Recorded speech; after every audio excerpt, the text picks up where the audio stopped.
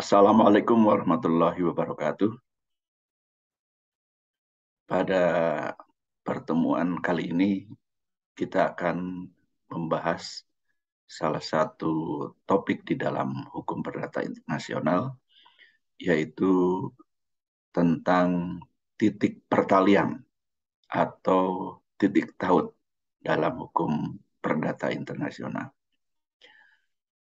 Titik taut atau titik pertalian di dalam hukum perdata internasional ini merupakan materi yang sangat penting, atau boleh juga dikatakan merupakan materi yang terpenting gitu ya, karena titik taut atau titik pertalian ini merupakan kunci dari pemahaman kita terhadap hukum perdata internasional secara keseluruhan.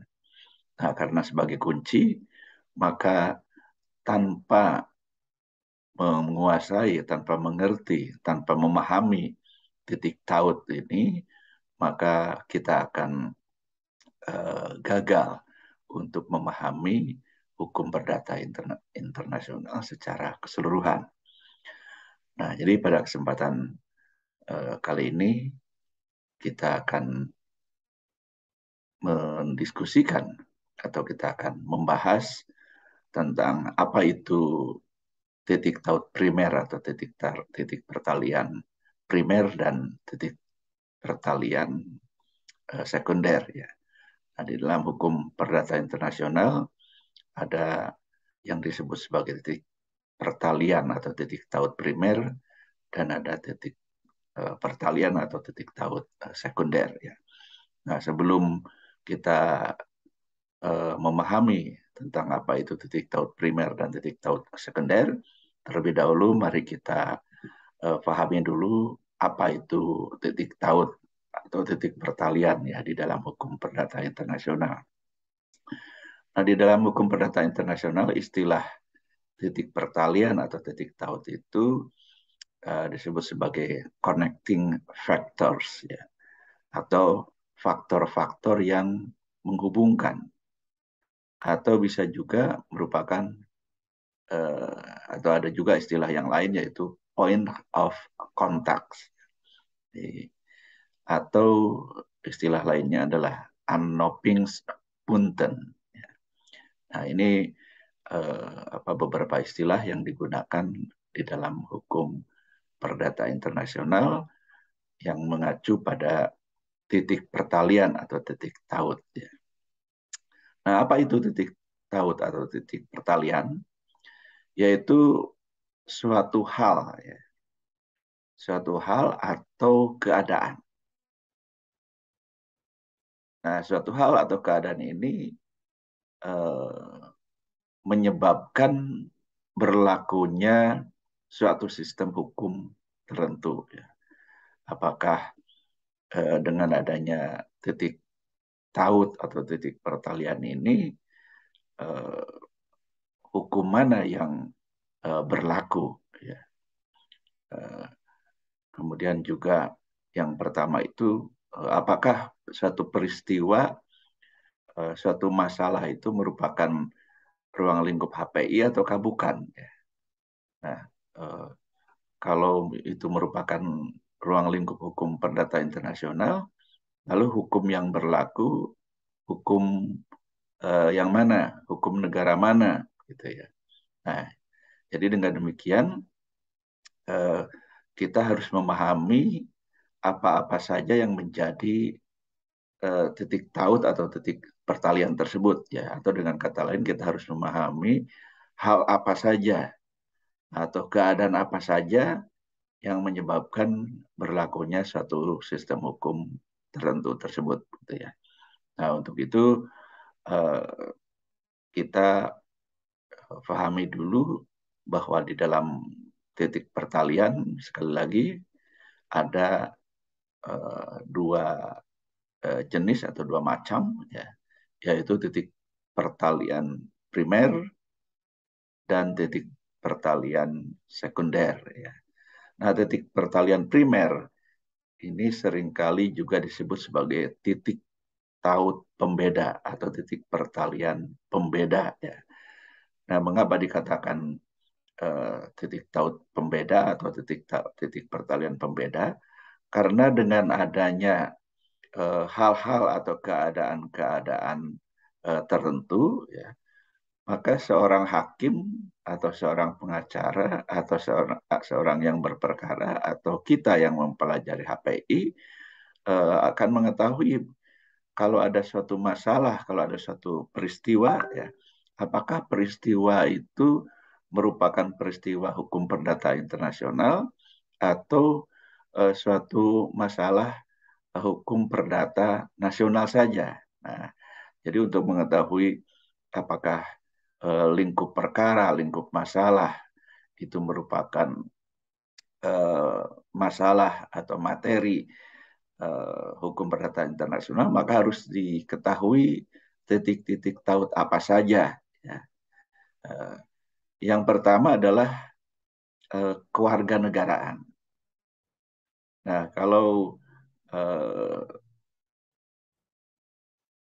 apa namanya untuk menentukan apakah suatu perkara, suatu masalah merupakan suatu masalah hukum perdata internasional, salah satunya ditentukan oleh kewarganegaraan para pihak yang berperkara atau yang bermasalah tersebut ya.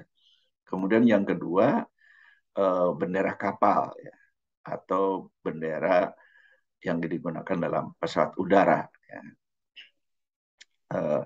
Ataupun juga di dalam kapal laut ya. Nah, kemudian titik taut primer berikutnya adalah domisili. Nah, kalau para pihak itu memiliki domisili yang berbeda atau sama-sama domisili tapi di negara lain misalnya begitu ya. Kemudian tempat kediaman ya, tempat kediaman. Nah, tempat kediaman bisa juga menjadi petunjuk bahwa suatu peristiwa, suatu keadaan itu merupakan peristiwa, keadaan atau masalah dalam ruang lingkup hukum perdata internasional. Nah, bagaimana dengan badan hukum?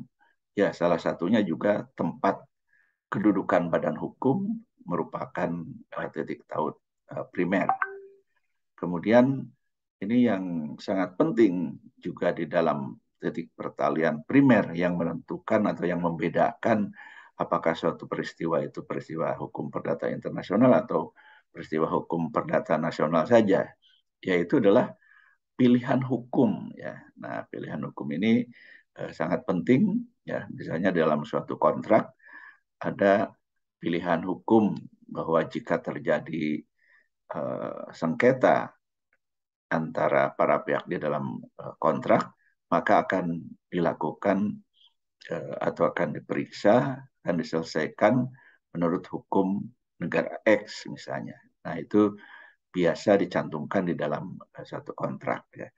Nah, tetapi kalau tidak ada choice of law, nah, kemudian biasanya juga hakim, pengacara ataupun kita yang sedang mempelajari HPI lalu menggunakan titik-titik taut yang lain kalau di dalam kontrak ya. Nah, ini beberapa titik taut atau titik pertalian primer ya. Nah, adapun titik pertalian sekunder atau titik sekunder sering juga disebut sebagai titik taut penentu ya. Nah, mengapa dikatakan titik taut penentu? Karena titik pertalian sekunder ini akan menentukan ya suatu peristiwa, satu masalah atau suatu sengketa hukum perdata internasional yang sudah ditentukan ruang lingkupnya di dalam titik taut primer, apakah memakai hukum negara A, hukum negara B, atau memakai hukum yang lain. Nah, jadi akan ditentukan ya melalui titik taut sekunder ini ya, apakah suatu perkara akan diperiksa, akan diadili dan diputus menurut hukum negara A atau hukum negara B, ya, tidak lain adalah dengan mengacu pada titik pertalian sekunder. Artinya kalau seorang hakim uh, uh, sudah menentukan bahwa ruang lingkup perkara merupakan hukum perdata internasional, ya, yang berbeda dengan hukum perdata nasional, maka kemudian hakim akan mencari titik taut sekunder ini untuk menentukan hukum mana yang akan dipergunakan di dalam memeriksa dan memutus kasus yang bersangkutan. Nah, apa saja titik pertalian sekunder ini? Yang pertama adalah tempat terletaknya benda. Nah, tempat terletaknya benda atau disebut juga sebagai lex situs atau lex rei site. Nah, menurut titik taut pertalian sekunder ini, maka kalau terjadi suatu perkara HPI, suatu sengketa HPI, ya, maka akan diselesaikan berdasarkan hukum tempat terletaknya benda atau lex situs, sekali lagi, atau lex rei site. Nah, itu yang pertama ya. Kemudian yang kedua, titik pertalian sekunder yang kedua yaitu tempat dilangsungkannya perbuatan hukum atau lex loci actus ya. Nah, untuk menentukan hukum mana yang berlaku, maka mengacu pada tempat dilangsungkannya perbuatan hukum. Kalau suatu perbuatan melawan hukum dilakukan di Indonesia misalnya ya, kalau itu hukum, kalau itu hakimnya hakim Malaysia, maka merupakan hukum, merupakan apa namanya titik taut sekunder yang menyatakan bahwa perkara ini diatur dengan hukum Indonesia. Demikian juga hakim Indonesia misalnya ya, kalau ada sengketa antara orang Indonesia dan orang Malaysia, lalu dari hubungan antara keduanya diketahui ya, bahwa tempat dilakukannya perbuatan itu ada di Indonesia, nah, maka hakim akan menggunakan hukum Indonesia. Nah, itu yang kedua. Kemudian yang ketiga, di dalam melakukan perbuatan hukum itu, ya, misalnya terjadi hubungan hukum antara orang Indonesia dan orang Malaysia, lalu salah satunya melakukan perbuatan melawan hukum, ya, yang di dalam hukum kita ini diatur di dalam pasal 1365 ya, dan di negara lain itu disebut sebagai tort, TORT ya. Nah, hakim akan melihat, ya, hakim akan melihat di mana sesungguhnya perbuatan melawan hukum dilakukan. Ya. Nah, kalau perbuatan melawan hukum dilakukan di Malaysia, maka hakim akan menentukan bahwa hukum Malaysia lah yang dipergunakan dalam kasus tersebut. Ya. Nah, itu yang berapa? Yang ketiga ya. Kemudian yang keempat, titik taut sekunder yang keempat adalah tempat ditandatanganinya kontrak. Nah, tentu saja ini kalau menyangkut kontrak ya. Nah, hukum apa yang mengatur ya, atau hukum apa yang akan dipergunakan untuk memeriksa dan memutus kasus tersebut ya. Nah, maka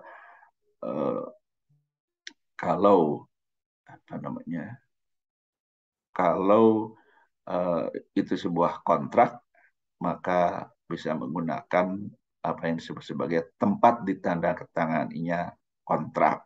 Ya. Nah, ini tentu bisa dikatakan bisa sederhana dan bisa juga tidak ya.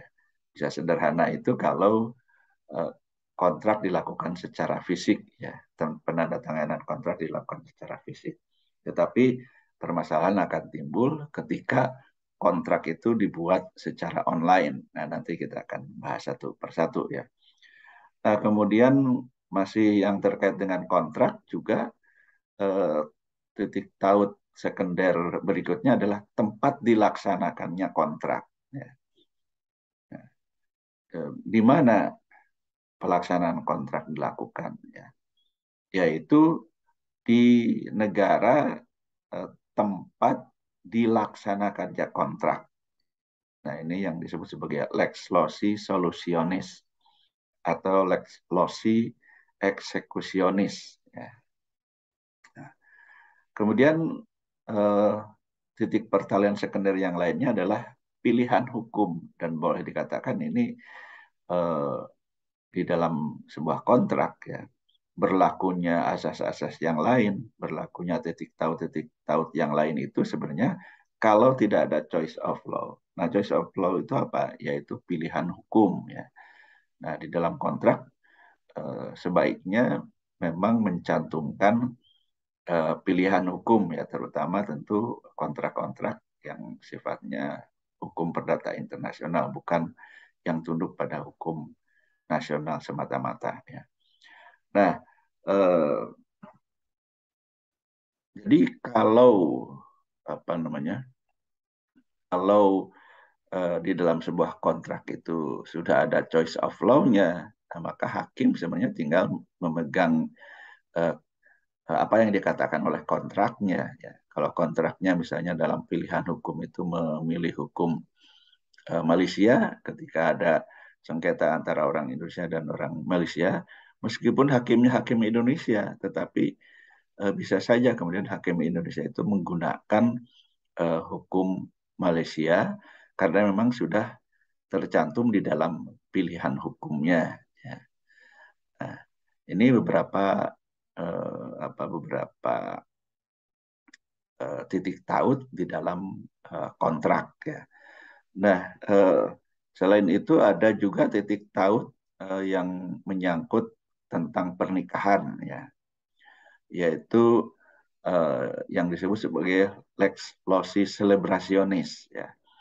Nah, eh, biasanya titik taut ini digunakan ketika akan eh, ketika akan bercerai ya.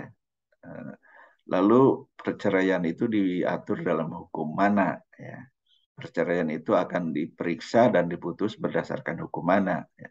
Nah, maka eh, titik pertalian sekunder tentang eh, pernikahanlah yang akan digunakan, yaitu lex loci celebrationis ya.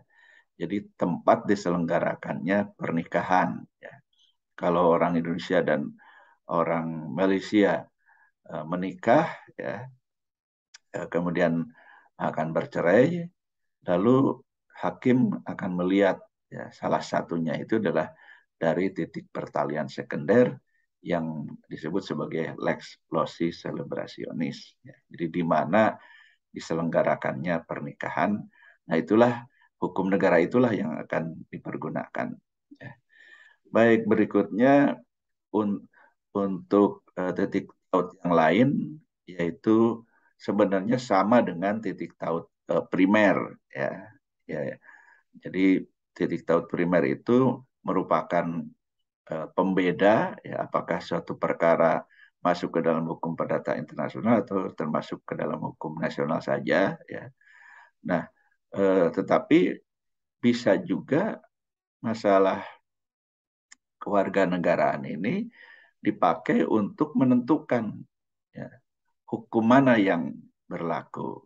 Nah, jadi selain berfungsi sebagai titik taut primer, juga berfungsi sebagai titik taut sekunder. Ya.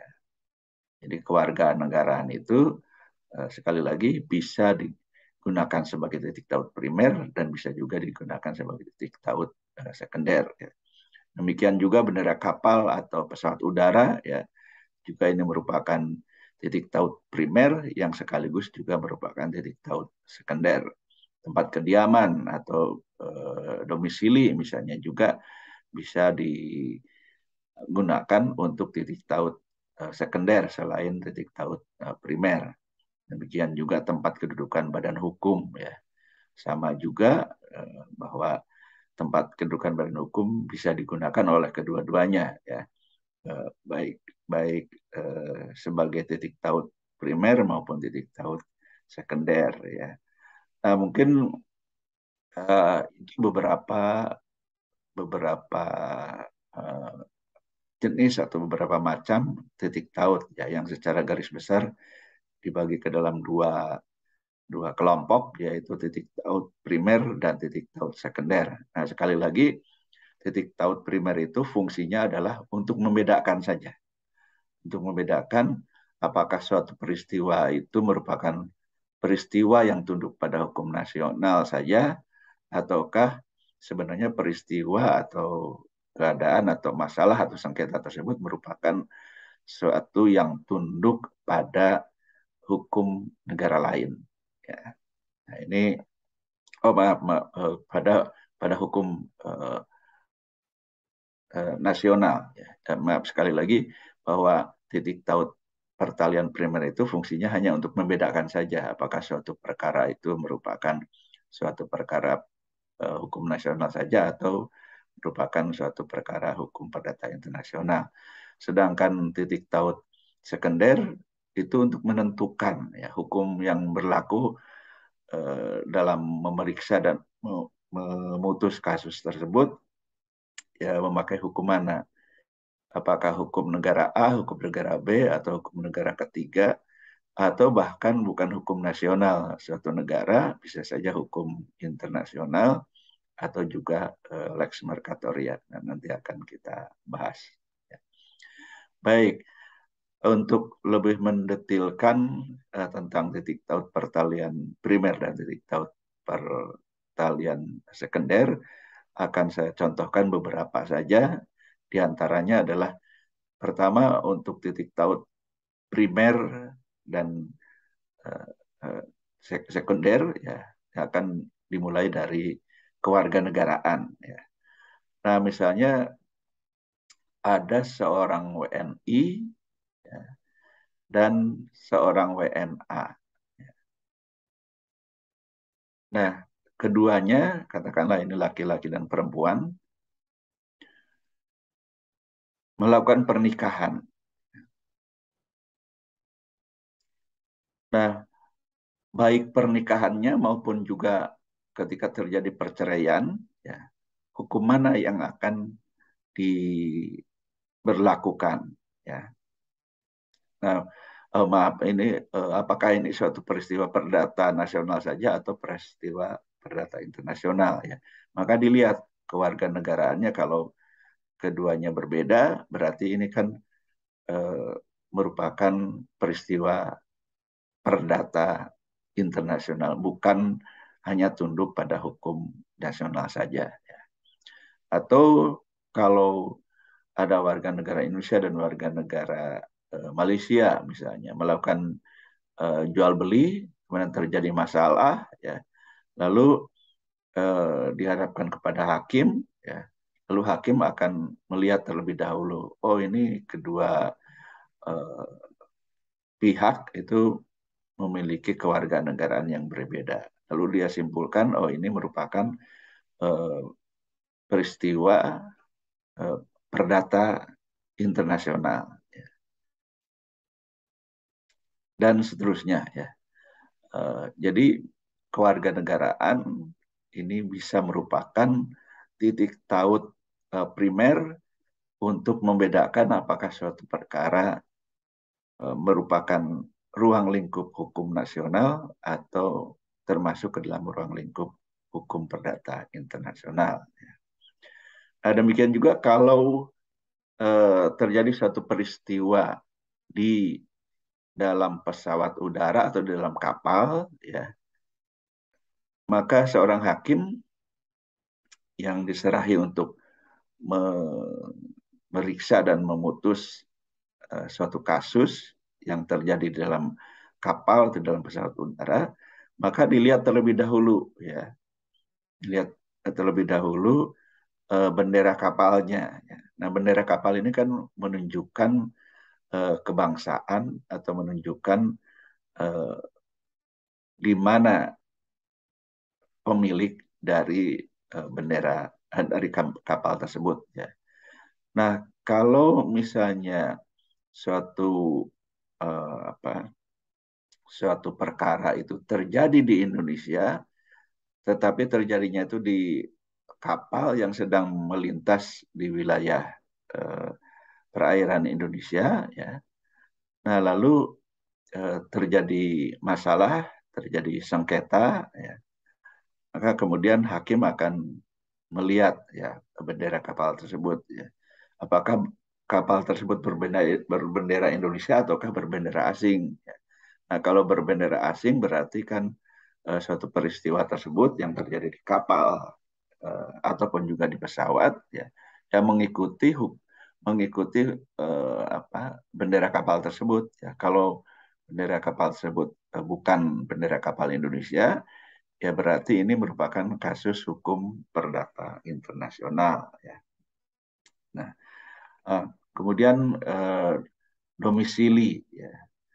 Nah, domisili juga bisa menjadi titik taut atau menjadi petunjuk yang membedakan apakah suatu peristiwa itu merupakan peristiwa perdata internasional atau peristiwa perdata nasional, ya. Kalau yang satu berdomisili di Jerman, yang satu berdomisili di Indonesia misalnya, ya.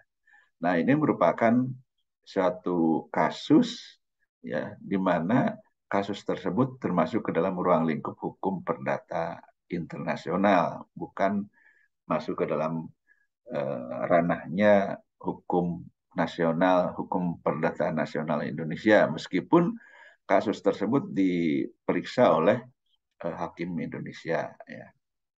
Nah, biasanya begini, ya, eh, yang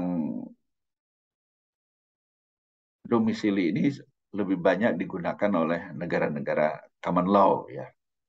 Nah, tapi ya untuk terutama untuk menentukan hukum mana yang berlaku, ya. Nah, tapi dalam hal ini karena titik taut primer itu hanya untuk membedakan saja apakah suatu perkara perdata itu perdata nasional atau perdata internasional, ya. Ini cukup untuk menentukan kalau terjadi perbedaan domisili, ya. Kemudian uh, bisa juga uh, titik taut yang lain tentang perkawinan tadi, ya. Bisa saja yang menikah itu sesama warga negara Indonesia, ya. Nah, tapi pernikahannya dilakukan di Australia, ya. Nah, sebagaimana beberapa dilakukan oleh para artis kita, ya, yang karena ada hambatan di Indonesia, lalu mereka menikah di negara lain, ya. Nah, kalau di kemudian hari terjadi sengketa, maka hakim akan melihat, ya, apakah peristiwa ini peristiwa perdata nasional ataukah peristiwa perdata internasional.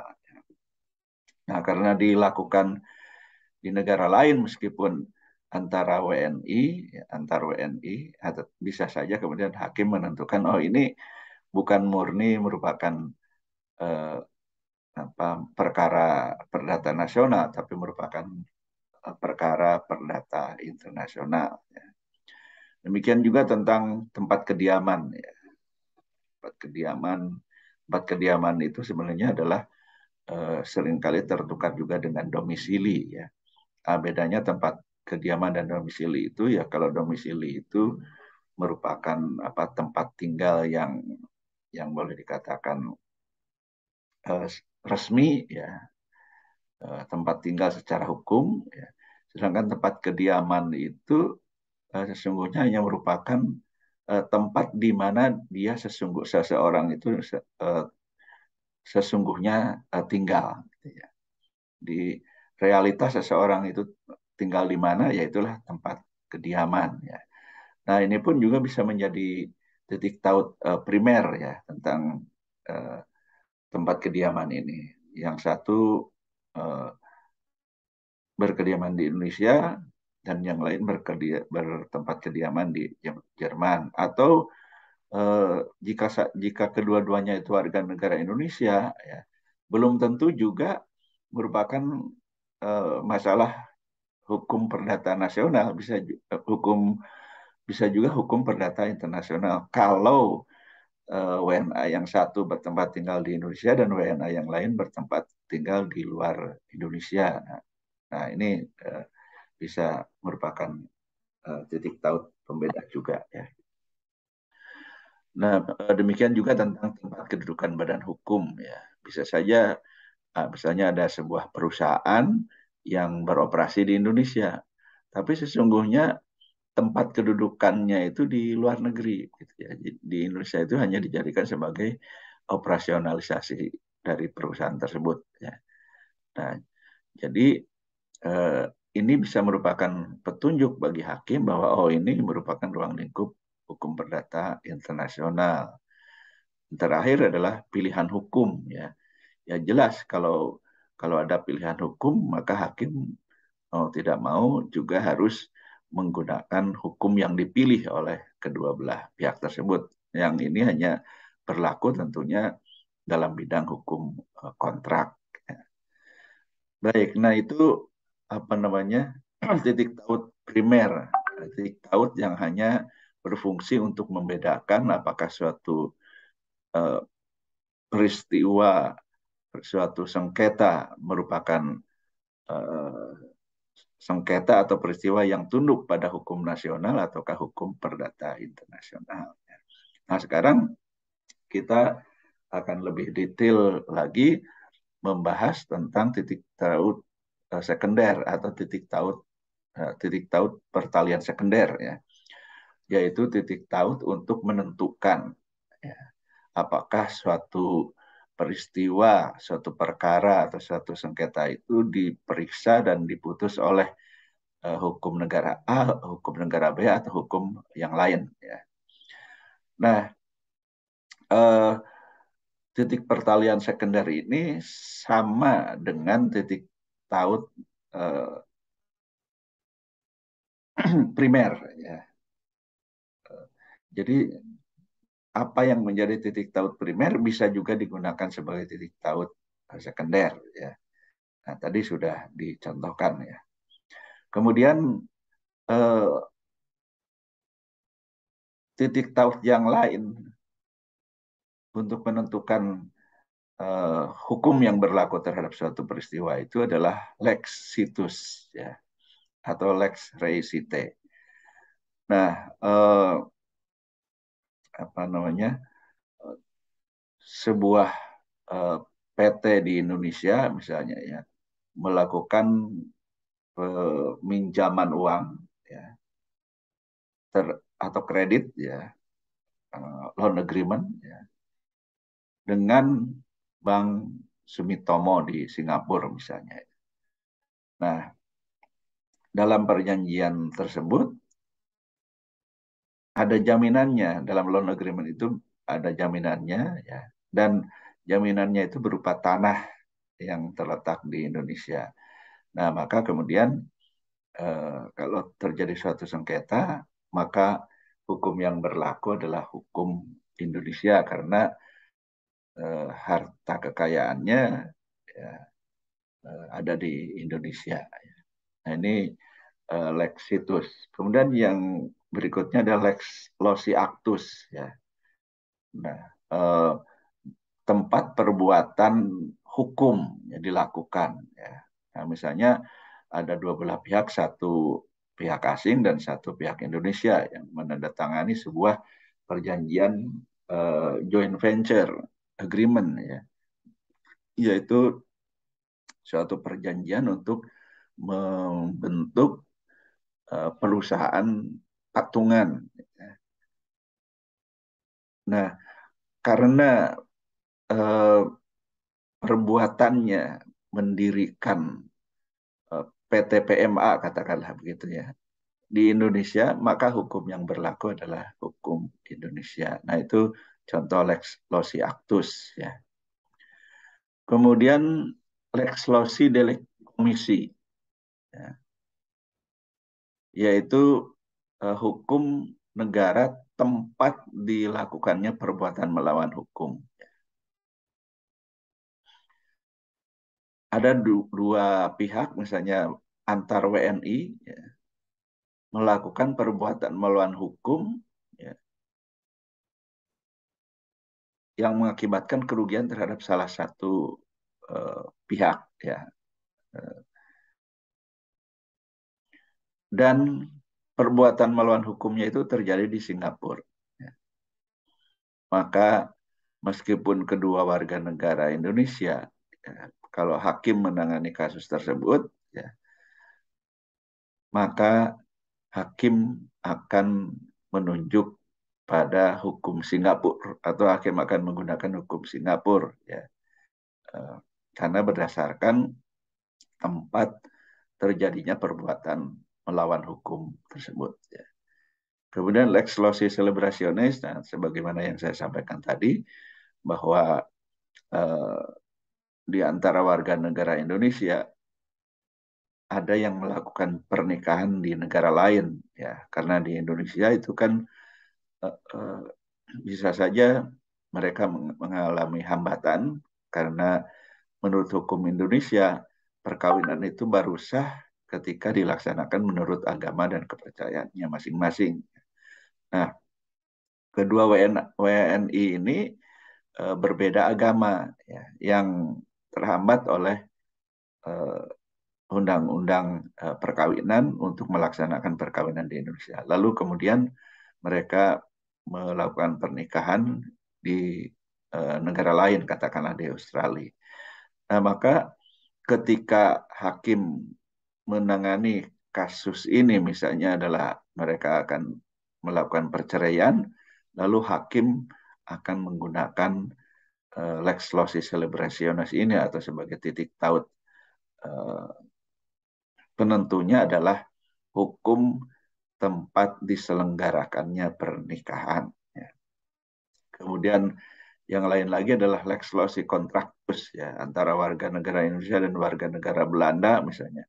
Mereka melakukan transaksi, eh, mereka menandatangani kontrak dan kontraknya itu dilakukan di Indonesia. Nah, oleh hakim, meskipun meskipun salah satunya adalah warga negara Belanda dan memang tunduk kepada hukum perdata internasional, tetapi karena kontraknya itu ditandatangani oleh kedua belah pihak itu di Indonesia, maka hukum Indonesia yang mengatur.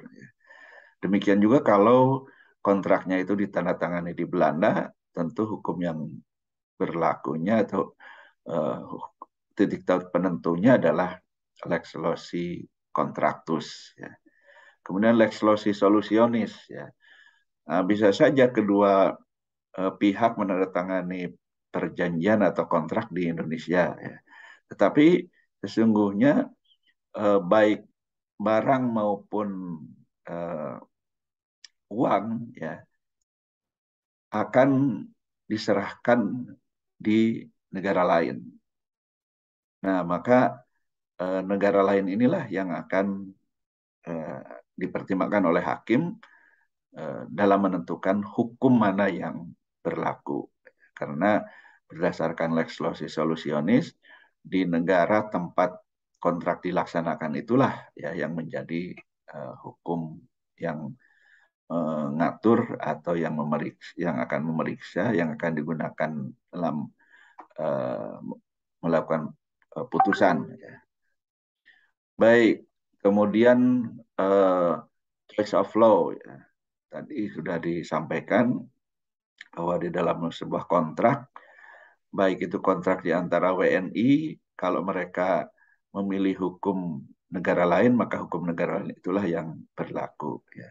Antara WNI dengan warga negara Belanda, ya, misalnya melakukan kontrak ekspor impor, ya, kemudian di dalam kontrak ditentukan bahwa kontrak ini akan diatur oleh hukum Belanda, maka hukum Belanda lah yang berlaku, ya. Nah, saya kira ini, ya, beberapa hal yang berkaitan dengan titik taut baik itu titik taut primer maupun titik taut sekunder ya. Nah, untuk selanjutnya saya persilakan Anda untuk membaca buku-buku literatur yang membahas tentang titik pertalian. Sekali lagi, titik pertalian ini merupakan kunci dari pemahaman kita terhadap hukum perdata internasional. Gagal memahami titik taut, baik titik taut primer maupun titik taut sekunder, ya, lalu kita akan kurang memahami atau bahkan akan gagal memahami hukum perdata internasional secara keseluruhan. Baik, demikian saya kira untuk hari ini. Terima kasih atas perhatiannya. Assalamualaikum warahmatullahi wabarakatuh.